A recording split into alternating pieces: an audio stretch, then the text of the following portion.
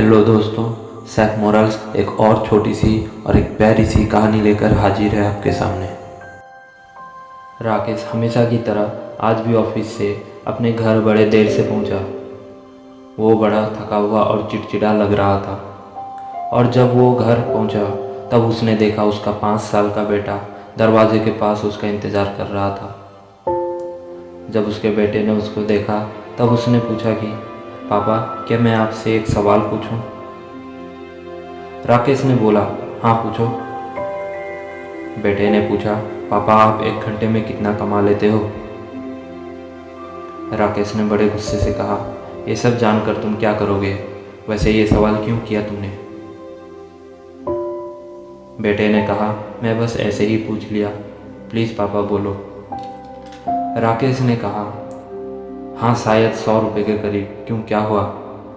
बेटे ने अपने सर को झुकाते हुए अपने पिता से 50 रुपया मांगा।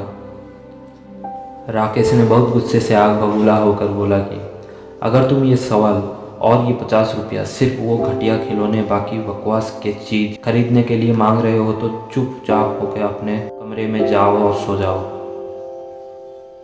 इतना सुनते ही बेटे ने चुप से जाके अपने कमरे का दरवाज़ा बंद किया और सोने चला गया। कुछ समय के बाद जब राकेश का गुस्सा ठंडा हुआ तब उसने उस बात को सोचा, कहीं सच में बेटे को पैसे की ज़रूरत तो नहीं थी। कभी मुझे पैसा नहीं मांगता था।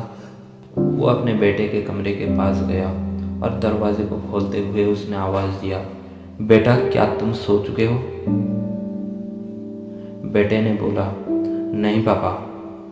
पिता ने 50 रुपया अपने बेटे की तरफ बढ़ाते हुए बोला, बेटा शायद उस समय मैं कुछ ज़्यादा ही गुस्से में था। ये लो तुम्हारा 50 रुपया। बेटा उठ के 50 रुपया लेते हुए राकेश को धन्यवाद भी बोला। फिर बेटे ने अपने तकिए के नीचे से और कुछ पैसे थे उनको निकाल के गिनने लगा। बेटे के पास पहले से पैसा हुआ देख राकेश फिर से गुस्सा हो गया। जब तुम्हारे पास पहले से पैसे थे तुम फिर से क्यों मांग रहे थे? बेटे ने बोला, हाँ पापा, लेकिन उतना भी नहीं था जितना मुझे चाहिए था।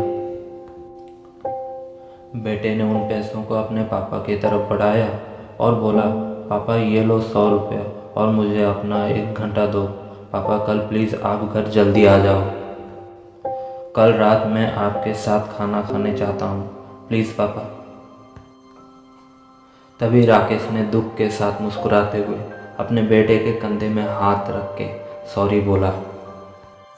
इस भाग दौड़ की ज़िंदगी में हमें अपने सपनों के साथ साथ हमें अपनों के साथ भी कुछ समय बिताना चाहिए। हमें अपने काम के साथ साथ हमारे घर वालों को भी समय देना चाहिए। तो कैसी लगी आपको ये कहानी? कमेंट करें। अगर अच्छी लगी हो तो लाइक करें। अगर ज़्यादा अच्छी लगी हो तो सब्सक्राइब कर दें और ऐसी कहानी सुनने के लिए।